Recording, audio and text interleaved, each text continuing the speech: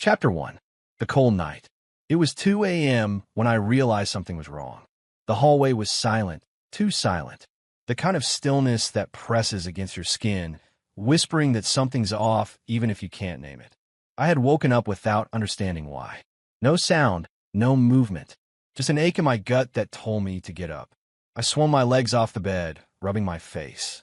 My wife, Claire, wasn't beside me. The sheets on her side were cold. Not empty, a dent remained, but she hadn't been there in hours. I paused at the bedroom door, scanning the dark hallway. The light in the bathroom was faintly glowing under the door. I didn't remember anyone turning it on. My steps were soft as I walked down the hall, not out of fear, but instinct. The moment I reached the door, I heard it, soft breathing, gentle, almost rhythmic. I pushed the door open slowly. She was there. My daughter, Lily, curled in the bathtub like a kitten, wrapped in a fleece blanket, her head resting on a folded towel. Her little chest rose and fell in deep sleep. Her tablet was beside her, propped up at a strange angle. And her phone was lying on her chest, the screen dimly glowing, still recording audio. My throat tightened. She was only 9. What the hell was she doing sleeping in a tub at 2 a.m.?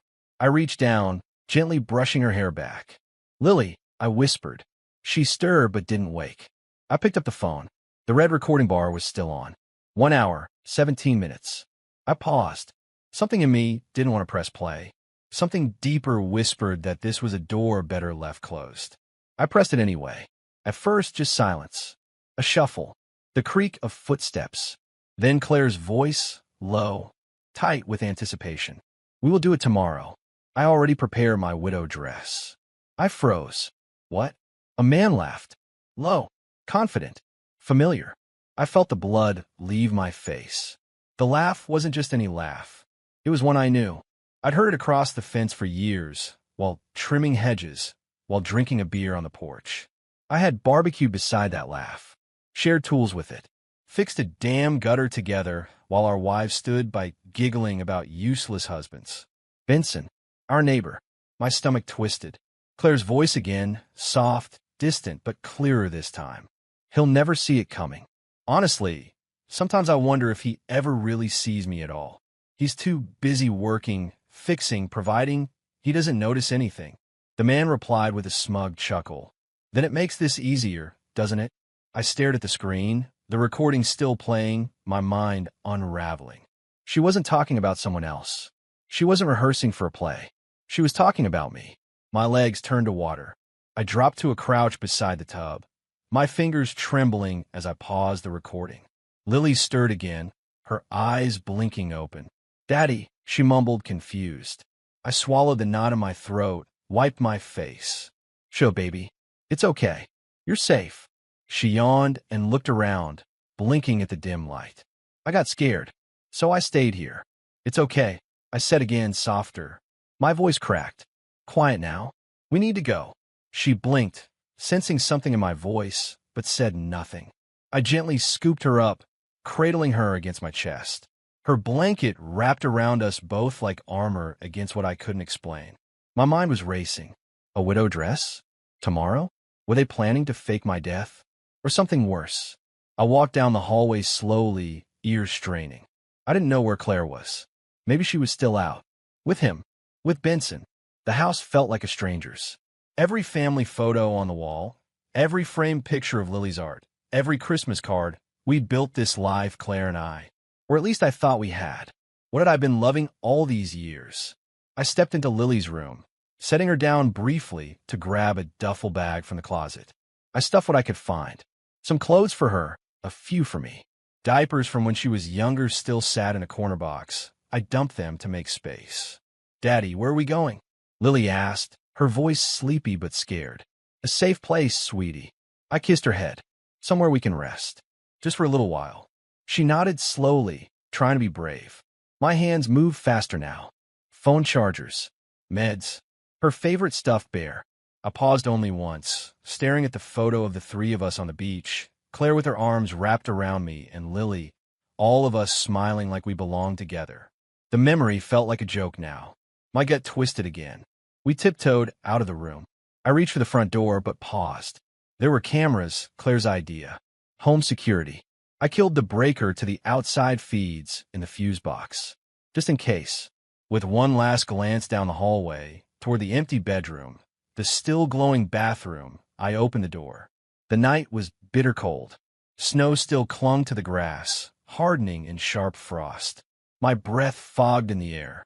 I adjusted Lily on my hip. She clung to me tighter. I'm cold. I know, baby. We'll warm up in the truck. I clicked the remote, and the old pickup's lights blinked twice.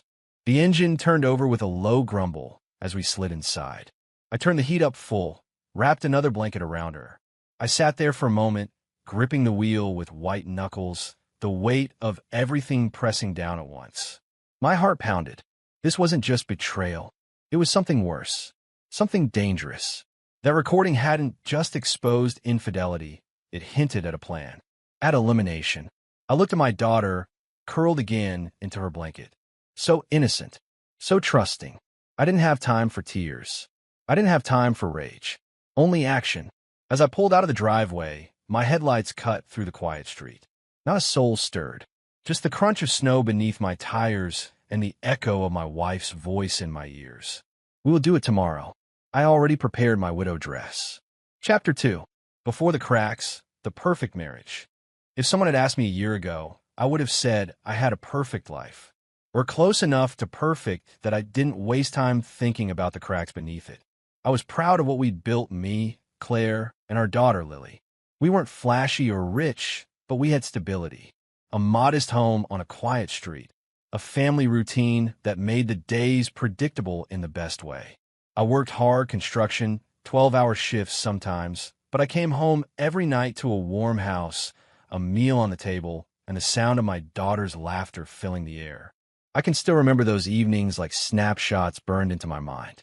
Daddy's home. Lily would squeal the moment I stepped through the door, her little feet pounding across the floor as she flung herself into my arms. Every time, without fail. Hey, Peanut, I'd say, catching her, spinning her once just to hear her giggle. What did you do today? Solve world peace. Build a rocket. She'd grin, showing the tiny gap in her front teeth. I made a volcano with Mommy. It exploded, and there Claire would be, leaning against the kitchen counter, smiling, wiping flour from her hands, watching us with that soft look that made me think, this is everything. This is all I need. I'd kiss her cheek, and she'd give me that little teasing smile. You smell like drywall and bad coffee. And you smell like heaven. I'd tease back, setting Lily down. It was simple, easy, the kind of life most men quietly dream of while busting their backs day after day. We cooked together sometimes, when my shifts weren't too late.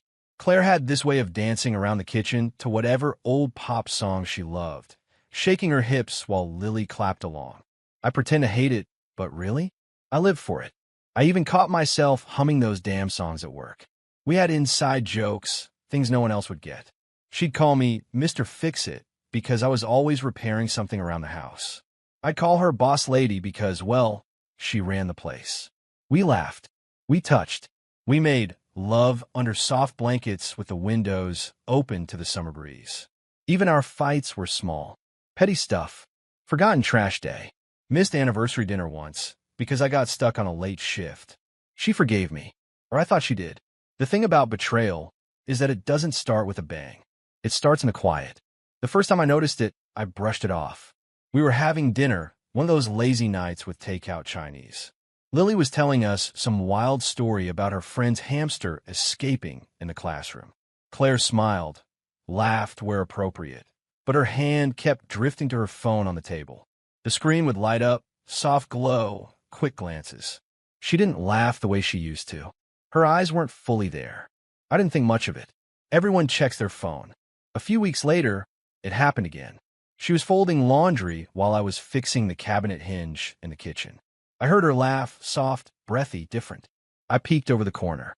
She was texting, thumb flying fast. When she noticed me watching, she dropped the phone face down, wiped her smile away like it had never been there. Who's that? I asked casually. She barely looked up. Oh, just Amber from yoga. She sent me this dumb meme. I smiled, kept working, but something didn't sit right. Why the rush to hide it? The thing is, when you trust someone, you don't start a war over a weird laugh. You don't torch the house over a spark. I let it go. But once you notice the first crack, you can't stop seeing them. She started going out more. Book club, she'd say. Girls' night. Yoga. Errands. All the usual things. The kind of things any reasonable husband should support. And I did. But then there was the night she came home at midnight, smelling of expensive perfume, something she never wore for me.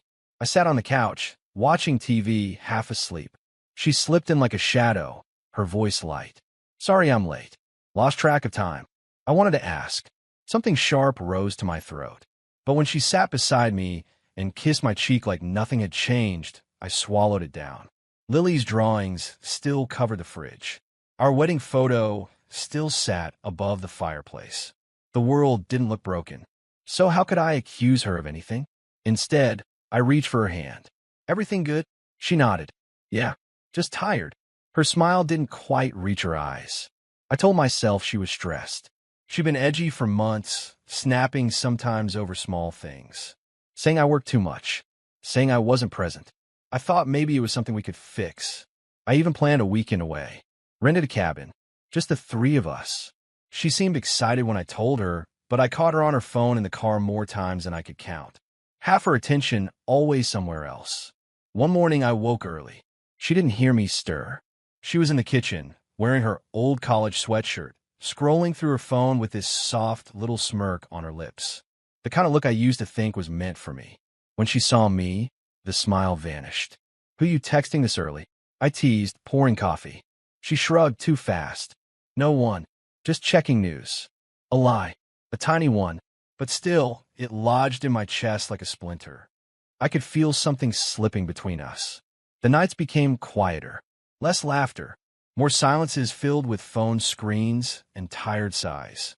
She stopped asking about my day. She stopped touching me the same way. And the worst part? I kept making excuses for her. She's tired. She's stressed. She needs space. I didn't want to believe anything worse.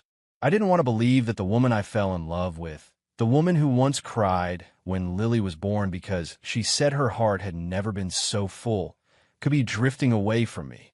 The cracks were there. I just wasn't ready to see them. And then one night, I caught the first real glimpse of the truth. I came home late, earlier than she expected, and heard her laugh from the back porch. That same low, breathless laugh. Her phone pressed her ear. I stood in the darkened hallway, listening to the soft lilt of her voice, the giggle she hadn't used around me in months. When she saw me, she jumped, startled. "Oh, just Amber again," she said too quickly, hanging up. I smiled, but something inside me was already breaking. Something deep. Something I couldn't name yet. But I would. I would soon. Chapter 3. Small Eyes and Shifts. The red flags. Looking back, I don't know the exact moment things truly started to rot beneath the surface. It wasn't like Claire came home one day and announced, "I'm going to start destroying everything we built." No, it was smaller than that. Quieter. Like the slow spread of hairline fractures in a windshield, barely noticeable at first, until one day the whole thing shatters. It started with late work nights. Not once or twice, Claire had always worked hard, always stayed a little late now and then, but it became consistent. Every Tuesday, then Thursday, then some Fridays too. I remember standing by the window one night, watching the darkness beyond the porch light, glancing at my watch for the 10th time. 9:40 p.m. I called her. No answer.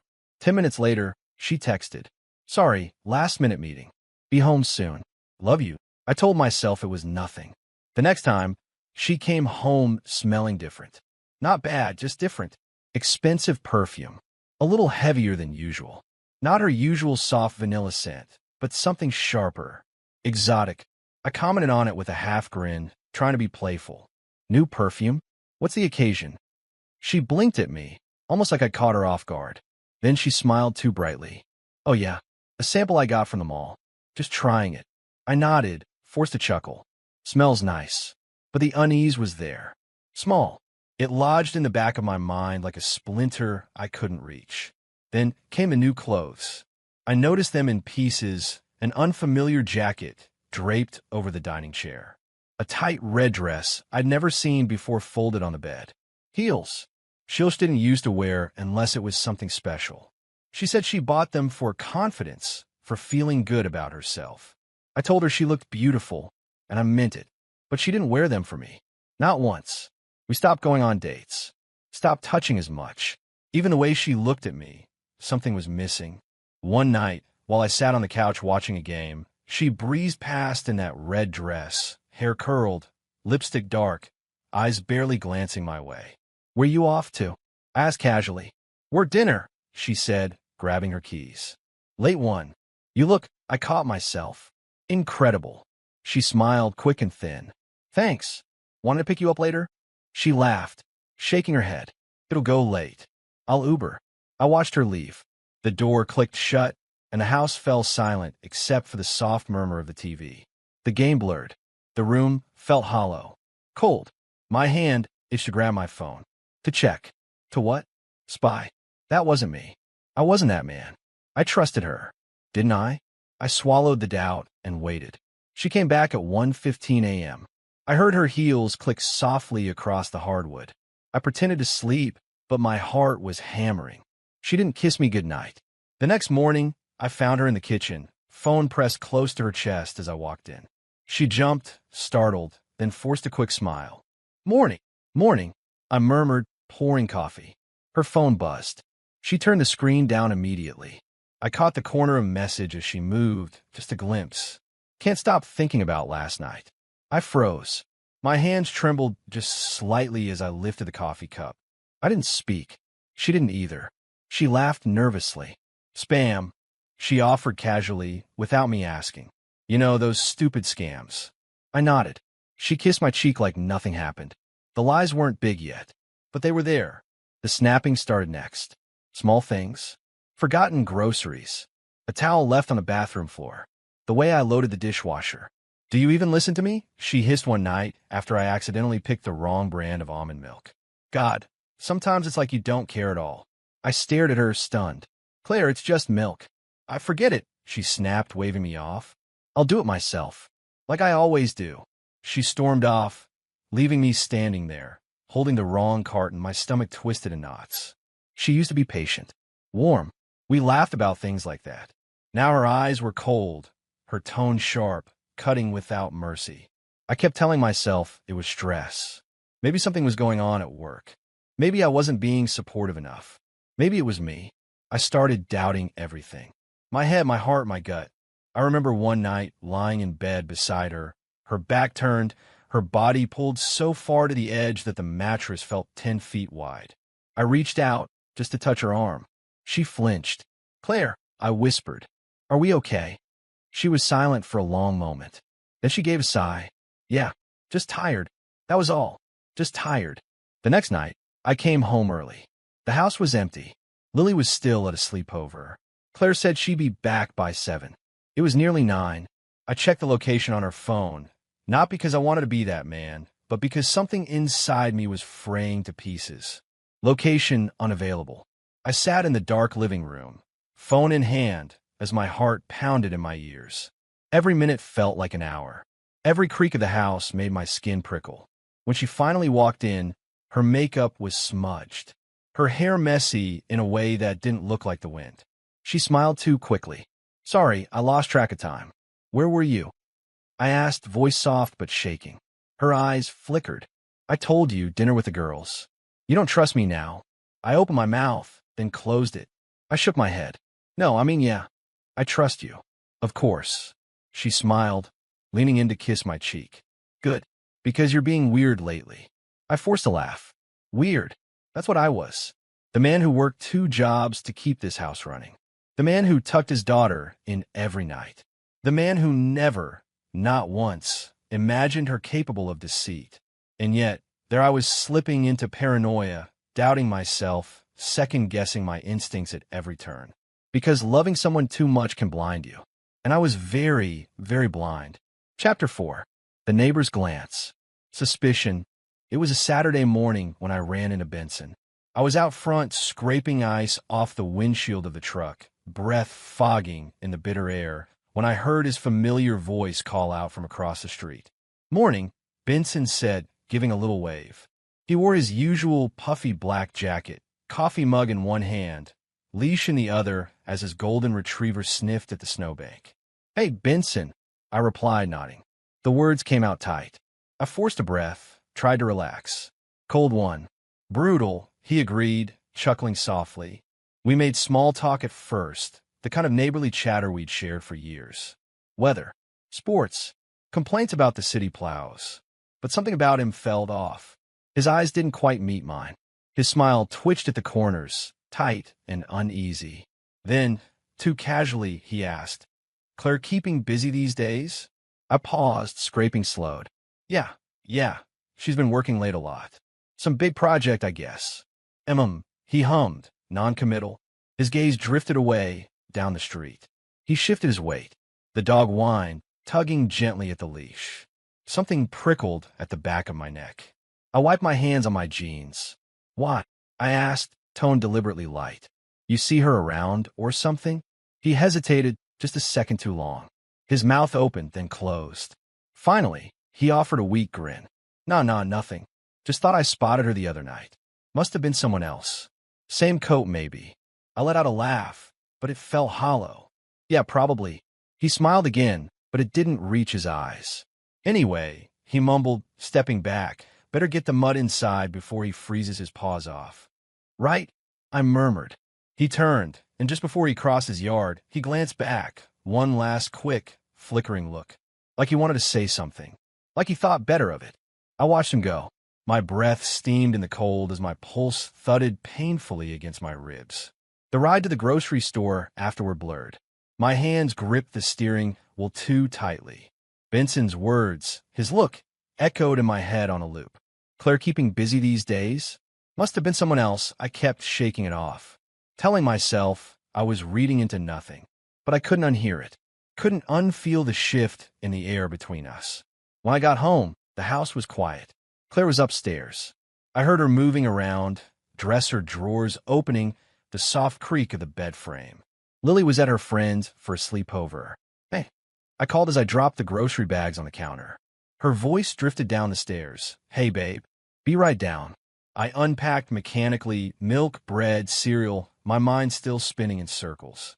Claire appeared in the doorway a few minutes later, hair tied up, makeup lightly done even though we had no plans. She wore a new sweater I didn't recognize, deep green, soft-looking. Her eyes flicked briefly to me, then the bags. "You got the good coffee," she noted with a small smile.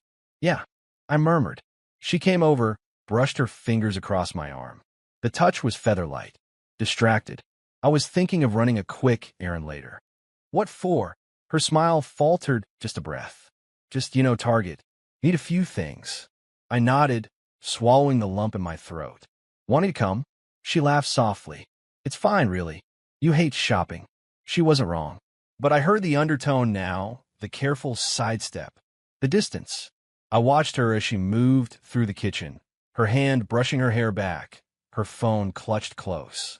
She glanced at the screen, her lips twitching into a faint smile before she tucked it away into her pocket. Something heavy twisted in my gut. I told myself, "You're overthinking it. Stop." But then there were the scents, the unfamiliar cologne that clung to her clothes one night when she got home late. Not perfume, cologne. I noticed at the moment she walked in, even beneath her jacket. Musky, sharp, new candle. I asked, voice barely steady. She blinked, then shook her head. "Oh, I must have brushed past someone at the store. It's nothing." Her answer was smooth. Too smooth. She breezed past me, humming softly. That night, I lay awake long after she fell asleep. The moonlight framed her face. She looked peaceful, innocent, but something inside me, something small but sharp, kept whispering. "Look closer." The patterns kept stacking up like stones on my chest. Errands that took too long. Mornings when she was distant, eyes glazed, smile vacant. Quick texts she swiped away the second I glanced over. And yet, I kept rationalizing. I loved her. I still loved her. And love, when it's deep enough, makes excuses. I told myself maybe she was just unhappy. Maybe work stress was bleeding into home. Maybe I hadn't been attentive enough. I replayed every conversation, every touch, every missed moment like a man combing through ashes looking for a spark. One night over dinner, I tried to reach her. "Claire," I said quietly, setting my fork down, "is everything okay between us?" She looked up sharply. "What?"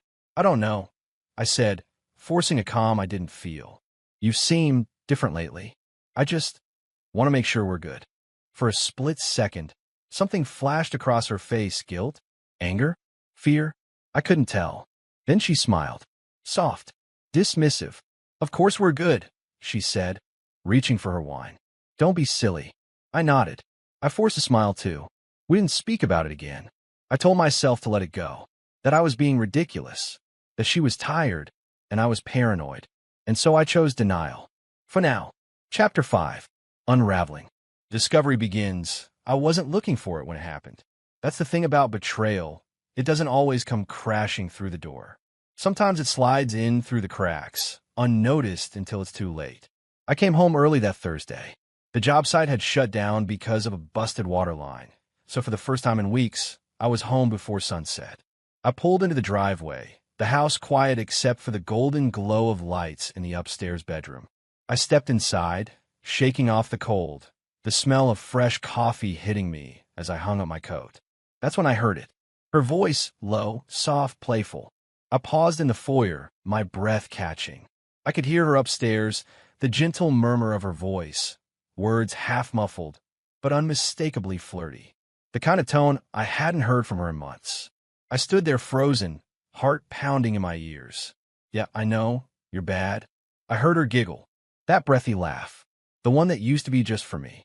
I moved without thinking, climbing the stairs quietly, each step slow, deliberate. My hands trembled as I reached the top. The bedroom door was cracked open. She was lying across the bed, one leg bent, phone pressed her ear. Her lips curled into a soft smirk as she listened to whoever was on the other end. "Tomorrow," she whispered. "I can't wait either. I miss you already." The air left my lungs. She shifted slightly, still unaware of me. My mouth opened, but no sound came out. I couldn't move, couldn't breathe. Then, suddenly, she glanced up, and our eyes met. Her face blanched. The shift was instant. She sat upright, hanging up so fast the phone nearly slipped from her fingers. "Hey, I didn't hear you come in," she stammered, voice too high, too bright. "How was work?" I swallowed. My voice came out hoarse.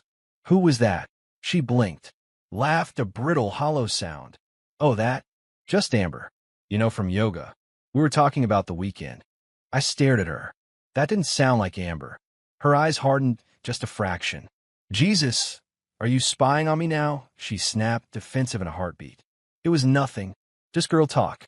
I didn't know what to say. My stomach twisted violently. I felt stupid, paranoid, and yet every nerve in my body was screaming that something was wrong. I forced a nod. "Okay," I murmured, stepping back. "Okay." She smiled, tight, controlled. "Good." That night, she curled up beside me like nothing happened. But I didn't sleep. I waited until she drifted off, her breathing deep and even, then reached for her phone. My hands shook as I tapped the screen, heart pounding like a war drum. Messages. Empty. Call log. Cleared. Every thread, every trace wiped clean. I sat there in the dark, the blue glow of the phone screen burning into my eyes. The knot on my chest grew tighter. The woman beside me, who had built a life with, trusted with every broken piece of me, was hiding something. And I had no proof. The next morning, I tried to push it down. Tried to function. I made Lily breakfast, pancakes shaped like stars the way she liked them. Claire breezed in like any normal morning, kissing Lily's forehead, humming softly. "You're up early," I muttered, flipping a pancake. "Had a lot on my mind," she said, pouring coffee. Her eyes didn't meet mine. I sat with Lily at the table, her laughter easing something raw inside me, if only for a moment. Her innocence, the way she chattered about school and cartoons, was the only thing tethering me to sanity. And then, casually, without malice, Lily said the words that cracked me open. "Mommy's friend came over yesterday," she said, biting into her pancake. "He brought cookies, but Mommy said not to tell you 'cause it was a surprise." The fork slipped from my fingers, clattering onto the plate. Claire froze, just for a heartbeat. Then she laughed too loudly. "Oh, that was just a delivery guy," she said quickly, waving a hand. "Nothing important, sweetie." Lily shrugged, unconcerned. "He had a nice car." My heart hammered. I forced a smile for my daughter's sake, but the world around me blurred. After breakfast, I sat alone in the garage, staring at the concrete floor, my hands resting limp in my lap. I could barely breathe. All the years, all the work, every holiday, every sleepless night, every bill paid, every fight patched over. The sacrifices, things I never even spoke about, the hours I put in so she could have the house she loved, so Lily could have everything she needed. And for what? I thought about the nights I'd worked double shifts just to make ends meet while she slept peacefully beside me. I thought about the anniversary dinners I missed because I was too exhausted to function. And still, I loved her. I stayed. I believed we were a team. But now I felt like I was watching my life from the outside, like I was trapped inside a glass room, pounding on invisible walls while everything I loved crumbled to dust. I questioned everything, my worth, my choices, my place in her world. The whispers in my head were relentless. Maybe you weren't enough. Maybe you missed the signs. Maybe this is your fault. The worst part? I still wanted to believe her. I still clung to the hope that somehow I'd misread everything, that this nightmare could still unravel into something normal, something fixable. But every look she gave me felt thinner, every touch colder, every word weighed down by something unsaid. I didn't confront her. I didn't explode. I swallowed all, every shard of pain, every question, and shoved it deep where she couldn't see. Because I loved her. Because I loved us. Because even as doubt rotted my bones, some broken part of me refused to let go. And so I smiled when she smiled. I nodded when she spoke. I kissed her goodnight. And I told myself, it's not what it looks like. She wouldn't do this. I'm imagining things. But deep down I felt it. I was unraveling. Chapter 6. The Bathtub Night. The recording. The cold air hit my face like ice the second I stepped outside the bathroom.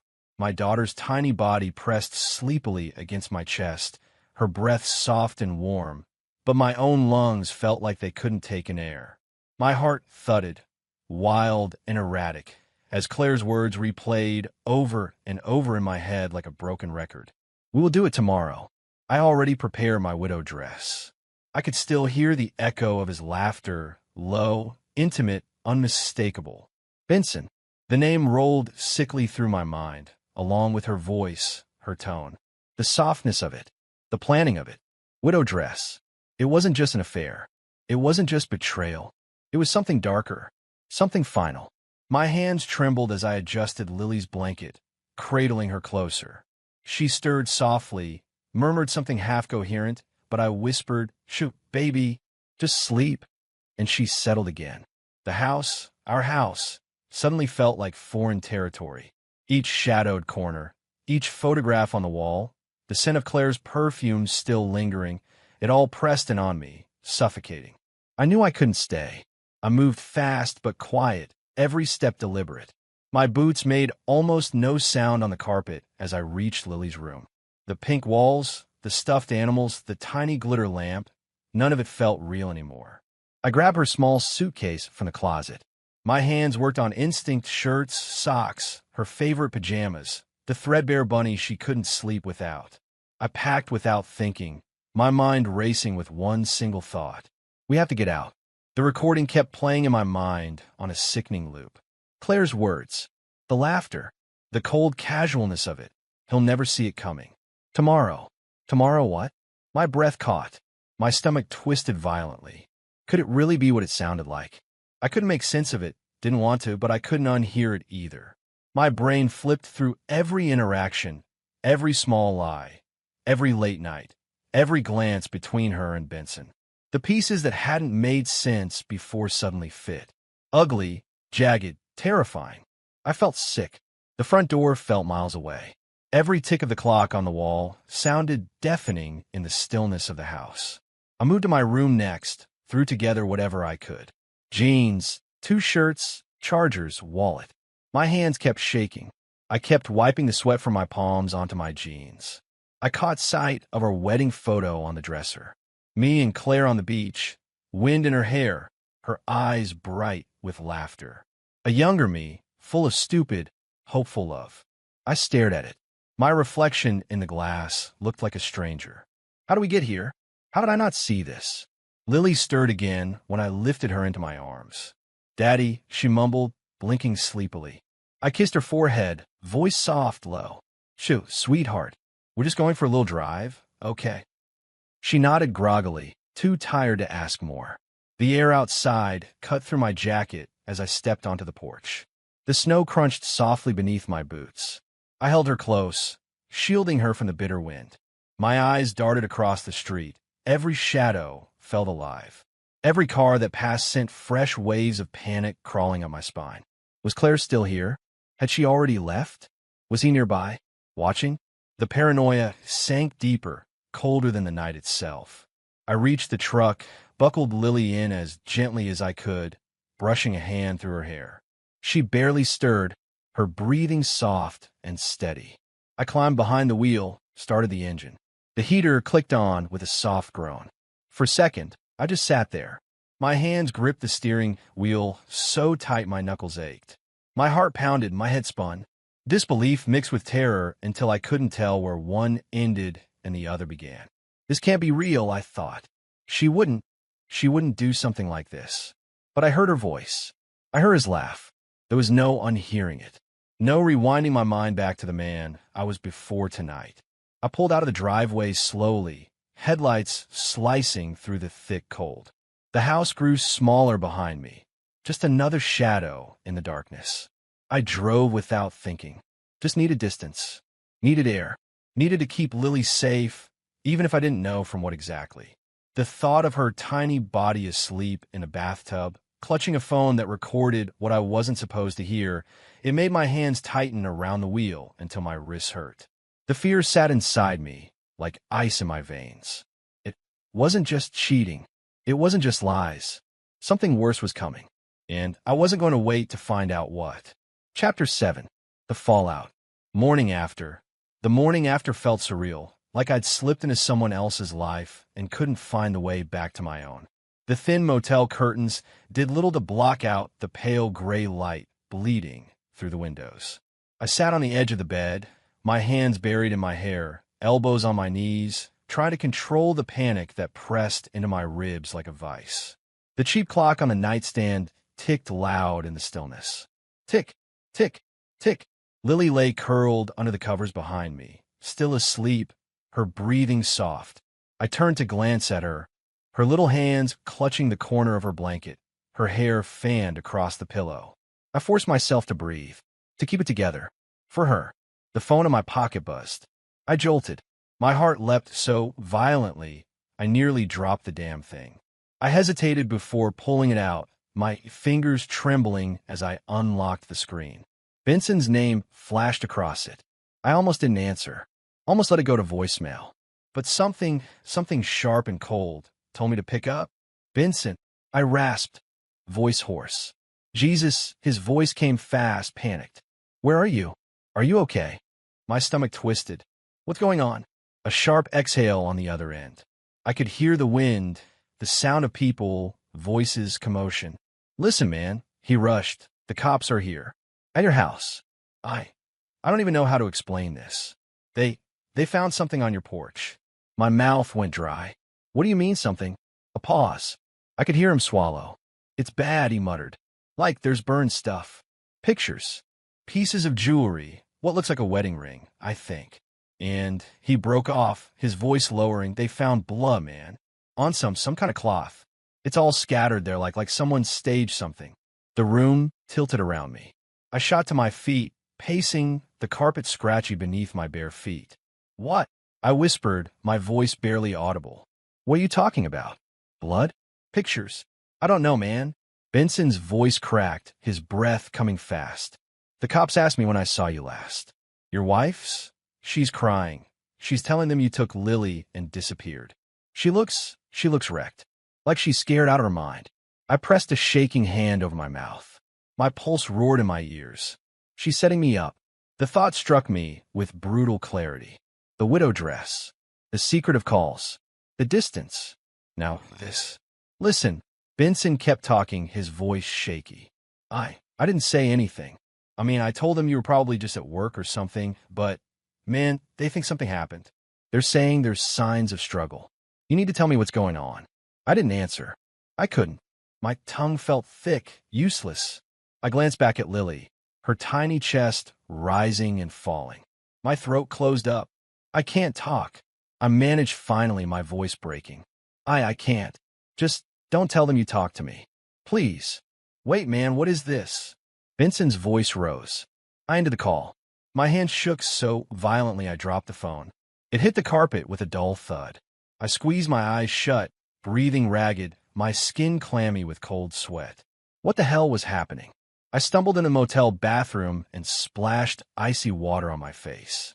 My reflection stared back from the mirror, eyes bloodshot, skin pale, lips cracked. I didn't recognize myself. I looked hollow. I tried to piece it together. Claire, my wife, the woman I'd built my life around, had stood on that porch and let police believe something terrible had happened. She planted what? Evidence? A scene? A lie big enough to ruin me forever? A broken wedding ring. Burned photographs. Blood. The word made my stomach lurch. Blood. Had she harmed herself? Faked something? Or worse, had she planned something I'd barely escaped? I pressed my palms flat against the countertop and lowered my head, my breath coming in shallow gasps. The betrayal hit in waves. Not just the affair, not just the distance. This was something else. This was malice. Calculated. Cold. She wasn't just cheating. She was trying to erase me, to destroy whatever pieces of me were left. I felt sick. I felt rage. But more than anything, I felt fear. I dried my face with the motel's rough towel and walked back to the bed. Lily stirred as I sat beside her, her eyes fluttering open. Daddy, she murmured sleepily. I smoothed her hair back, forcing a soft smile. Hey, baby.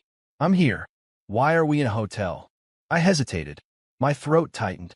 We're just taking a little trip, okay? Just me and you for now. Her eyelids drooped again, her trust complete. My heart shattered into pieces I couldn't name. I sat there long after she drifted back to sleep, the weight of the moment crushing me from every side. Out there, in the cold morning, Claire was spinning a story, painting herself the victim, claiming I'd snapped, that I'd run with our child. And the police, the evidence, everything pointed toward a version of events that wasn't mine. And I had no one, no proof, no voice in the chaos. The motel walls felt too thin, the air too sharp. I sat in the stillness, clutching my head in my hands, my mind unraveling, while outside, the world turned against me. Chapter 8. The Confrontation. Truth revealed, I didn't sleep. The nights stretched endlessly inside that suffocating motel room. My mind a cyclone of memories, voices, twisted images of everything I thought I knew about Claire and the reality I could no longer deny. By morning, I knew I couldn't run forever. I needed the truth, and I needed proof. I sat on the edge of the bed, phone in hand, thumb hovering over Benson's name. For long minutes, I just stared at it, torn between fear and fury. But eventually, I tapped the call button. It rang once, twice. Then he answered, his voice low, tense. Jesus, are you okay? Where are you? Benson, I rasped, glancing at Lily still sleeping in the bed behind me. I need to know the truth. All of it. No more bullshit. There was a pause, a heavy breath. Then, softly, yeah, okay. We met in secret an hour later, in the back parking lot of a dusty old gas station 10 miles outside town. Benson looked pale, disheveled, his hands stuffed deep in his coat pockets. His eyes darted nervously around the lot as I stepped out of my truck. He didn't speak at first. He just looked at me, really looked at me, like he was seeing me for the first time in months. I should have said something sooner, he murmured, voice thick. I didn't know how bad it was. I folded my arms, my voice hard. Tell me everything. He exhaled sharply, rubbing the back of his neck. I overheard them, man. Claire and this guy, her co-worker. They were talking outside a couple nights back, right by her car. I was walking the dog, just happened to catch it. I clenched my fists. What did they say? He swallowed. She said you were in the way. That soon she'd be free.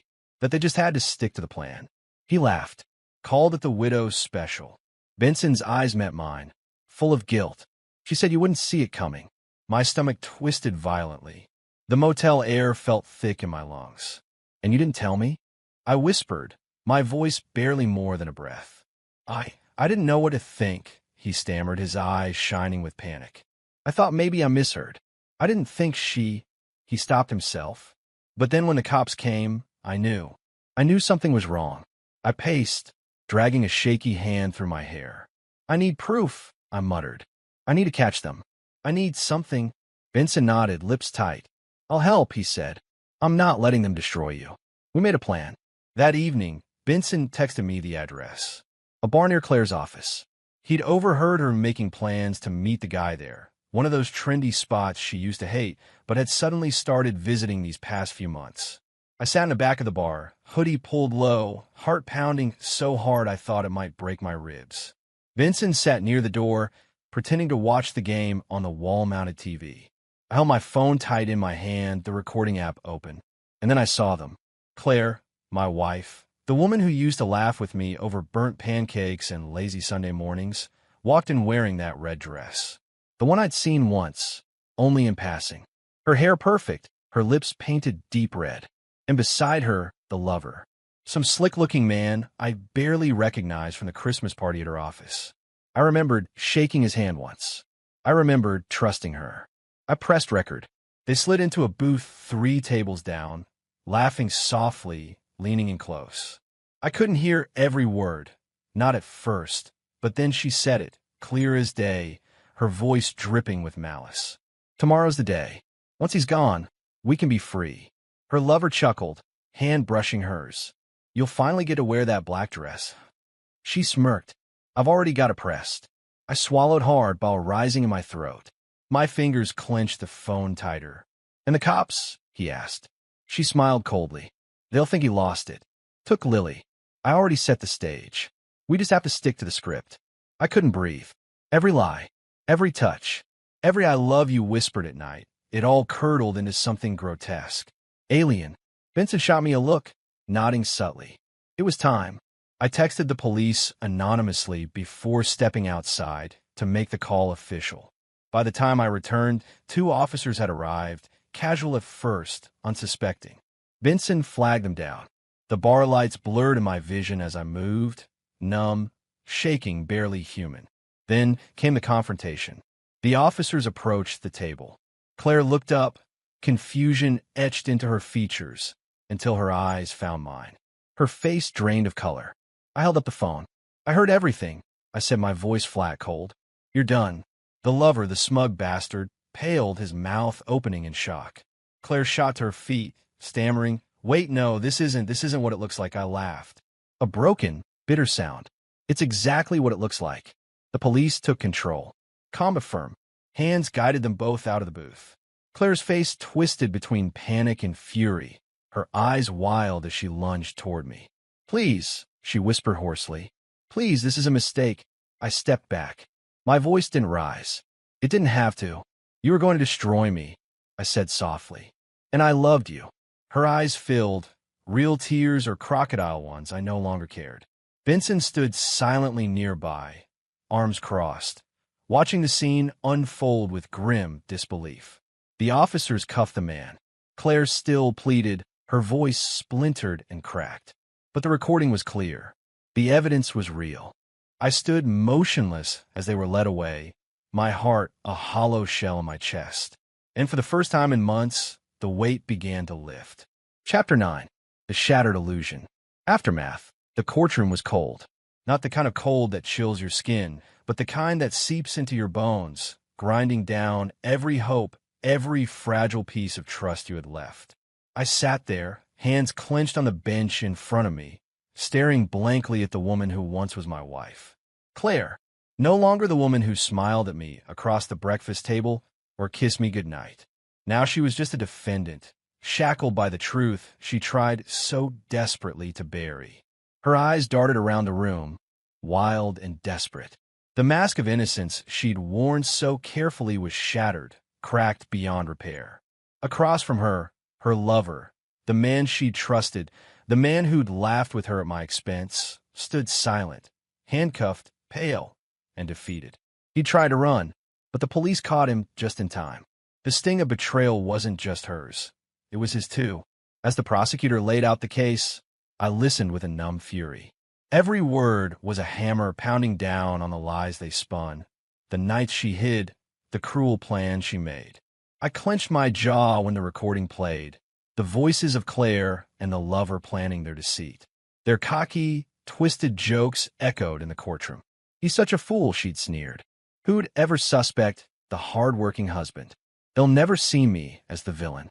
The lover had laughed, a cold, cruel sound. "She's got him wrapped tight. Soon, he'll be nothing but a bad memory." Hearing those words out loud was like ripping a scab off an old wound. The reality of their contempt hit me harder than I expected. But there was also a strange sense of vindication, a painful relief. The judge's gavel struck, signaling a recess. I looked down at my daughter, Lily, sitting beside me. Her small hand slipped into mine, gripping tightly. Her eyes were wide, innocent but full of confusion. I swallowed the lump in my throat and squeezed her hand gently. "It's okay, baby," I whispered, voice thick with emotion. "Daddy's here. Always." She leaned against me, and for a moment, the world outside this cold room faded away. Just her and me, holding on to whatever was left of our shattered life. I thought about how blind love had cost me everything, the years wasted in denial, the nights spent wondering where the woman I loved had gone, how I'd been a fool to believe in the happy life we once had. But now, standing on the other side of the storm, I was free. Free to rebuild. Free to protect my daughter.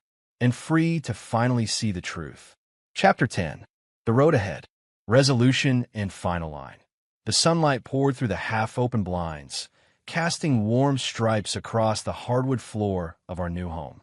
It was modest, nothing like the spacious house Claire and I had once shared, but it was ours, mine and Lily's.